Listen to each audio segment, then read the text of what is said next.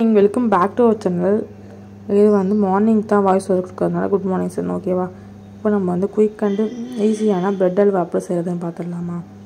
First ஒரு 5 piece இல்லை 6 piece மாதிரி ப்ரெட்டை வந்து நல்லா மிக்சியில் போட்டு இந்த மாதிரி எடுத்துக்கணும். தென் இந்த ஸ்டேஜில் நல்லா வறுத்து வரும்போது நெய் ஊற்றி தனியாக எடுத்து வச்சுக்கிட்டு, அதுக்கப்புறம் ஒரு பேனில் ப்ரெட்டுக்கு சில ப்ரெட்டு ஸ்வீட்டுலாம் கம்மியாக இருக்கும், சில ப்ரெட் கூடாக இருக்கும்.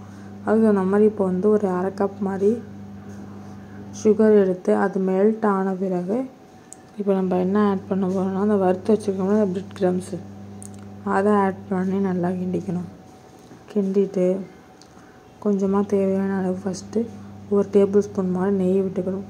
நெய் விட்டு நல்லா கிண்டிக்கணும். அது அந்த சைடு கொஞ்சம் மறைஞ்சிருச்சு.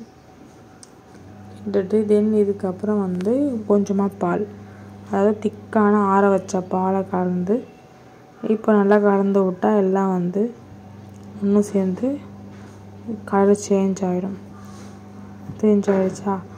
இப்போ நம்ம வீட்டில் செய்கிறதுனால கொஞ்சம் ஆயில் கம்மியாக தான் செஞ்சுருக்காங்க. இப்போ என்ன பண்ண போகிறாங்கன்னா, இன்னொரு பேனில் நெய்யில் முந்திரி பாதாம் அதெல்லாம் சேர்த்து நல்லா வறுத்து ஊற்றிக்கிறாங்க. நெய்யில் ஊற்றி அது நல்லா திரும்பி வாங்கின்னு ஒரு பரட்டி சர்வ் பண்ண வேண்டியதுதான். உங்களுக்கு தேவைன்னா இன்னும் நட்ஸ் அதிகமாக சேர்த்து நெய்யை வேண்டாம் அதிகமாக சேர்த்துக்கலாம். ஸ்வீட் பத்தலைனாலும் சேர்த்துக்கோங்க. ஓகே, பாய். லைக் பண்ணுங்கள், ஷேர் பண்ணுங்கள், சப்ஸ்கிரைப் பண்ணுங்கள். தேங்க்ஸ் ஃபார் வாட்சிங். அஸ்ஸலாமு அலைக்கும்.